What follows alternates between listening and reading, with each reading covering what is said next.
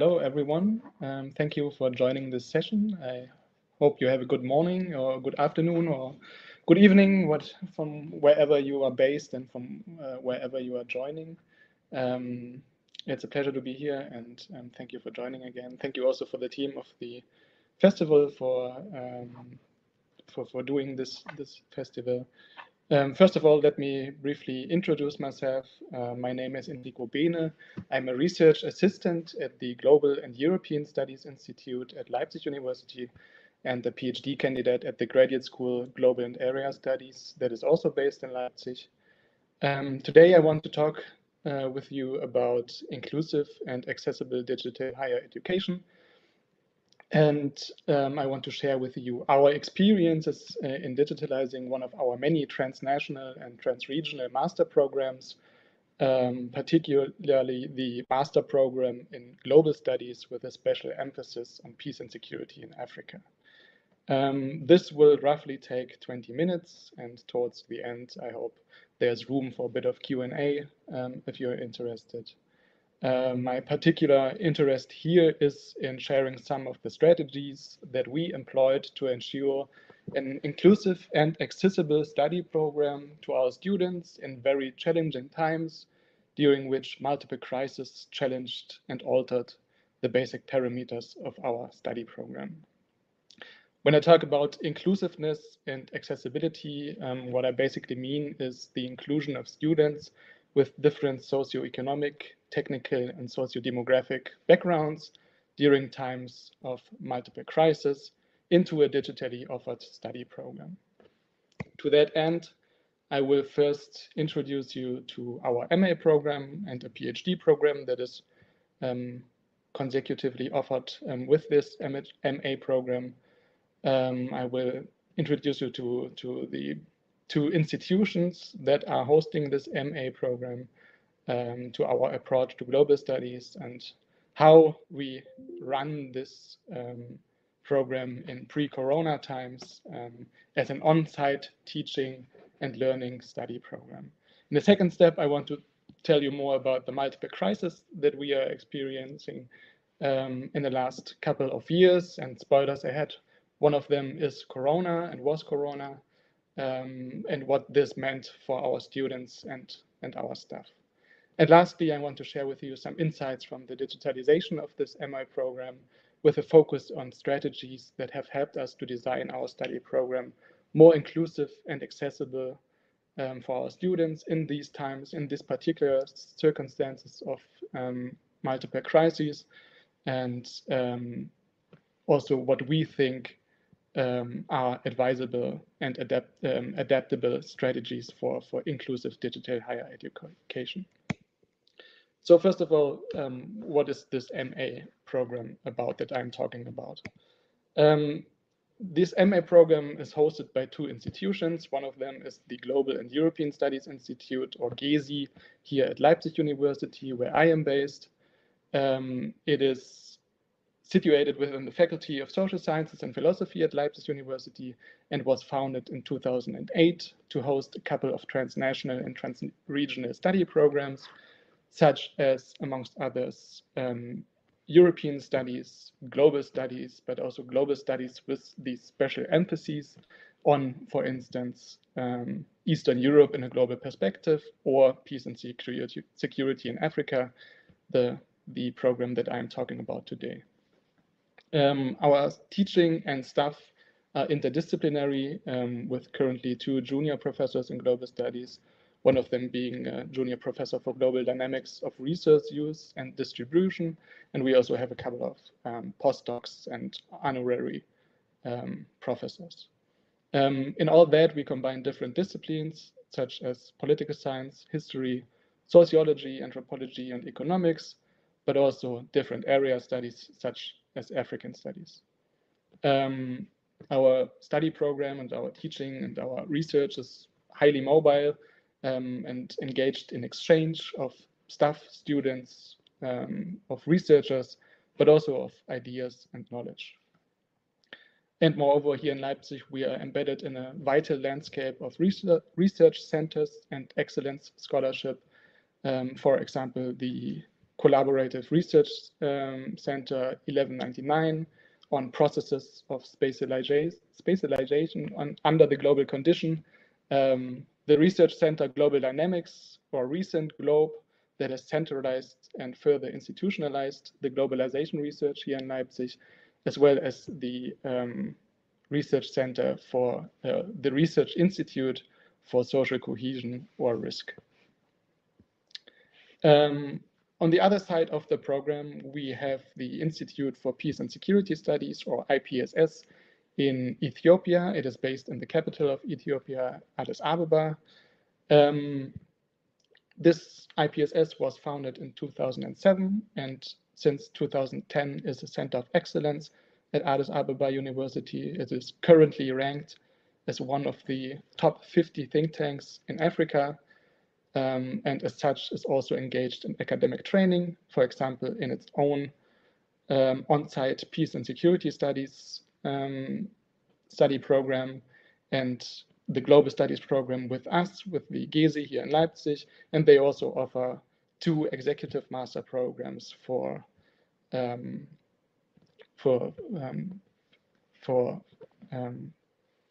people that are also already working in peace and security in the region, and that are then going to the labor market. With their research, they have a special research expertise in conflict prevention, management, and resolution, with a special focus on the region, the Horn of Africa, but also on the whole continent of Africa. And with their research, they are also interested in a policy dialogue. They have a wide policy outreach with regular briefings, lectures, and monographs that are they are publishing. But also they are embedded themselves in a large professional network with, for instance, the African Union, the United Nations, the European Union, different NGOs, and the regional economic communities in Africa. So by now you might have wondered, what is this global studies actually about? Broadly speaking, it's an interdisciplinary scholarly endeavor combining different disciplines from the social sciences, cultural studies, and history, with an interest in globalization, whatever that means. Different people have different definitions of that term and approach it differently. What is specific about global studies in Leipzig, however, is that it draws inspiration from the so-called spatial turn in area studies, taking space as a constructed phenomena, with a special interest in transnational and transregional entanglements and globalization processes. Here in Leipzig, we emphasize historicity, and which means that we are challenging discourses of newness about globalization. Not everything that is global is new. And we think globalization is not only a thing that happened now at the end of the Cold War, towards the end of the 20th century, and at the beginning of the 21st century. And we want to move beyond mythological nationalism by combining different academic traditions across disciplines and spaces, as well as including comparative approaches between the so-called global North and the so-called global South. Now, the particular MA program, Peace and Security in Africa, that I'm talking today, is combining this Leipzig approach to global studies with the expertise in peace and conflict research of the IPSS in Addis Ababa. As such, at least to my knowledge, it is the only existing global studies program on the African continent. And we are doing this because there's an increased demand for research on Africa's place in the global order. We aim to train experts in peace and conflict issues, especially on the African continent, with regards to these multiple scenarios of conflict in Africa and the global configurations in which these are happening. And in practice, this on-site master program that was launched in 2012 looked like this. Unfortunately, this animation that I did is not working here in this presentation, but usually the planes that you are seeing would fly to Ethiopia from all over the world where our students and our staff is coming from. This meant, of course, that there were regular flights between Addis and Leipzig, but also between different places of the world, and Addis and Leipzig, which means that there was a high mobility of staff and students. And this, of course, also came with all the negative implications for the environment and the disadvantages for people that simply could not afford to buy plane tickets, that do not have scholarships or any kind of funding.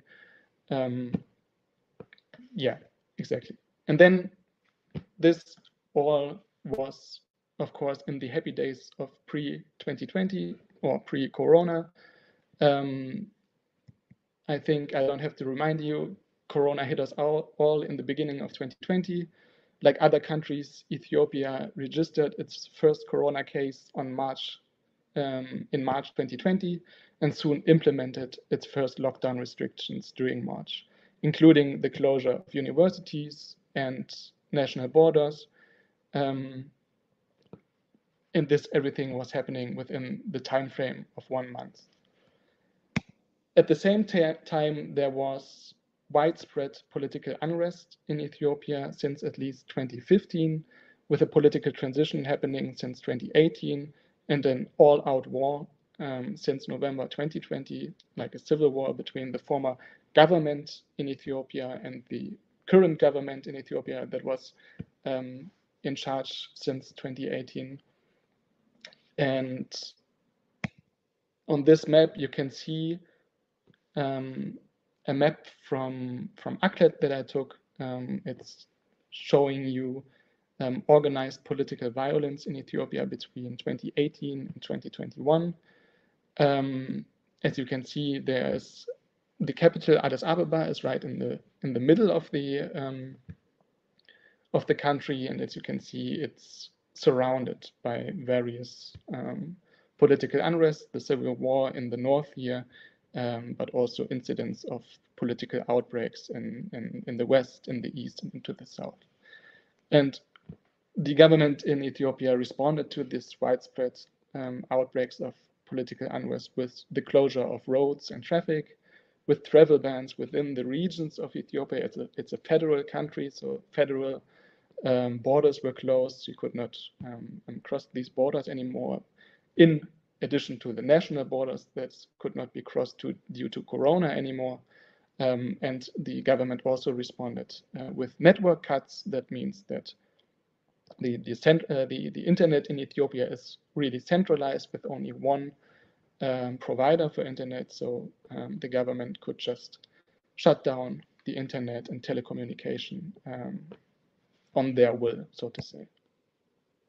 This is a small timeline again of the key events in 2020, which were all piling up within a couple of months with Corona and the civil war happening there,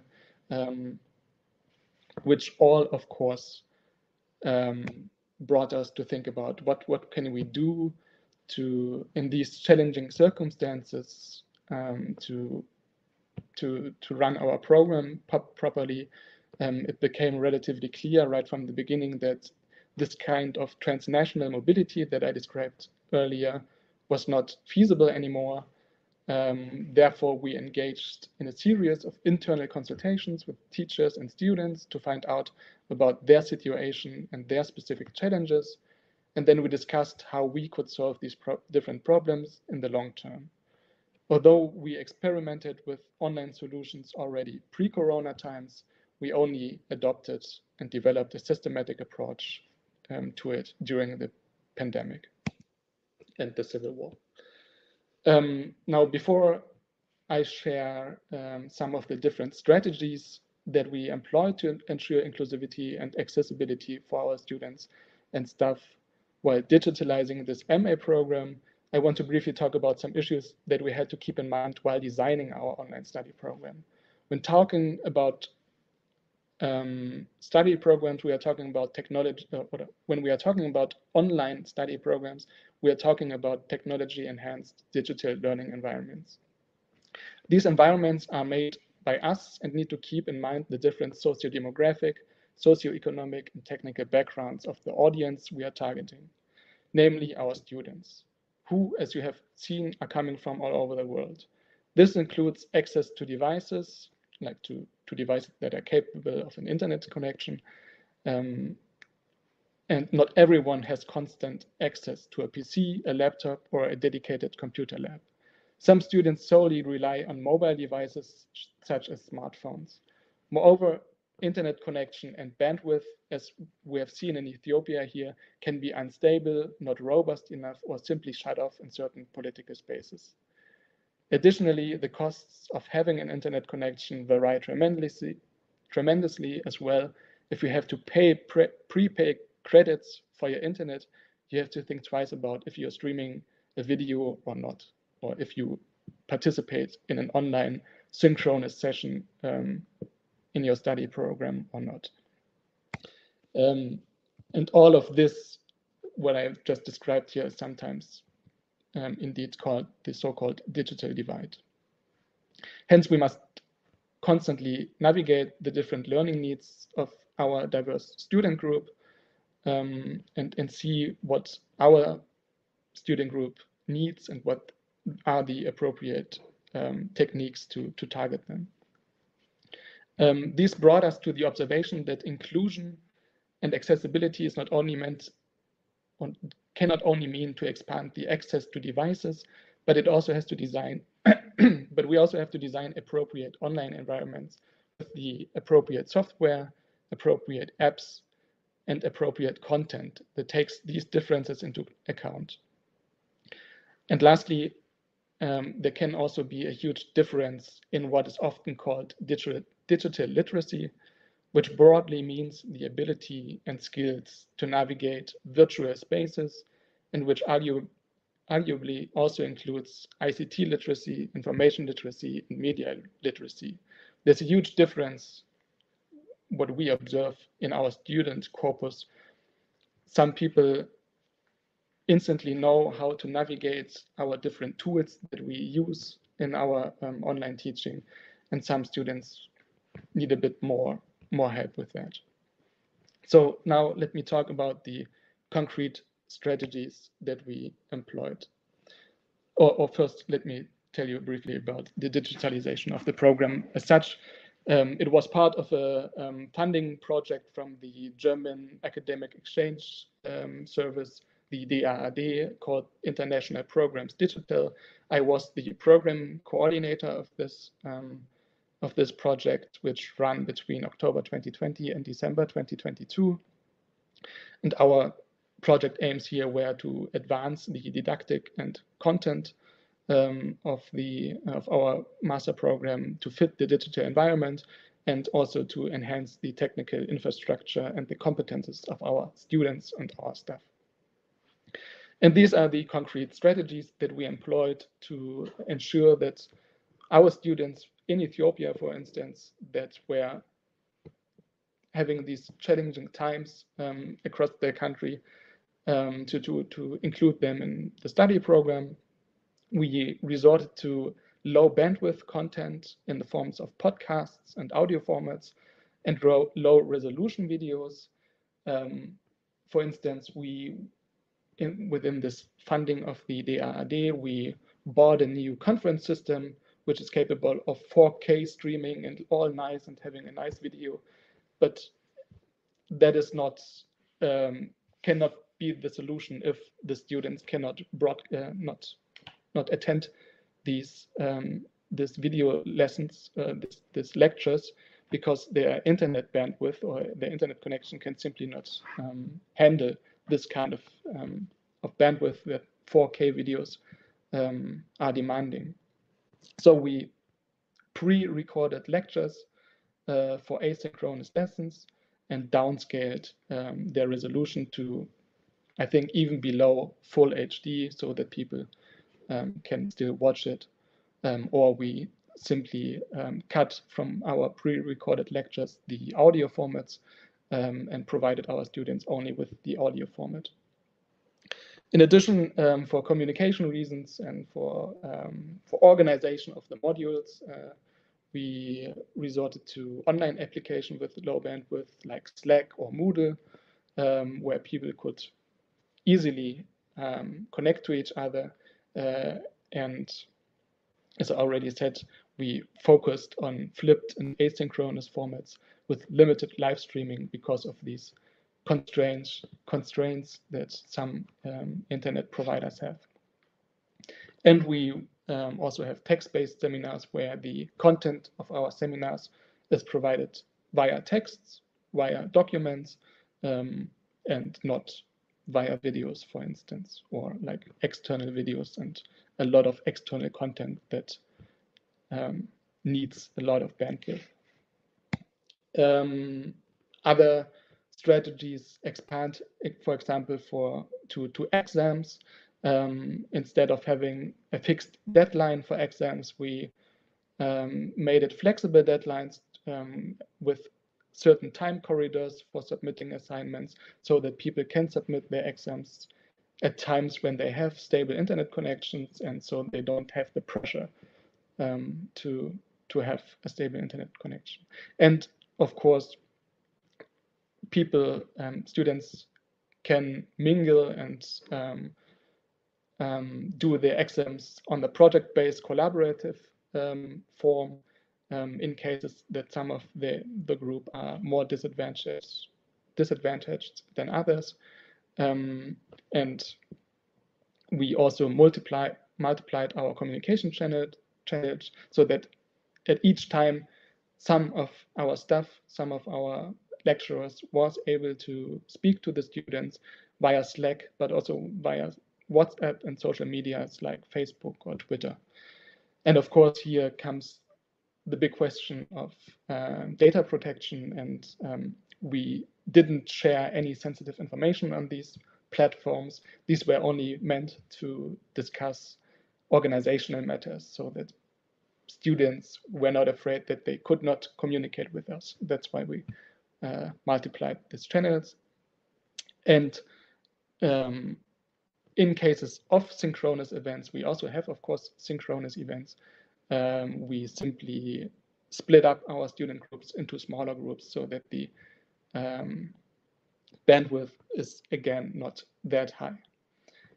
Again, these strategies, of course, are not exhaustive. They are different strategies, but for our specific purpose, they were working very well. And what I want to say with this is actually that you have to make a needs assessment, so to say, of your student group and then design the appropriate strategies for your student group to be inclusive and accessible. And with that, I want to thank you all for listening to me, and I hope you could, this was helpful for some of you. Thank you.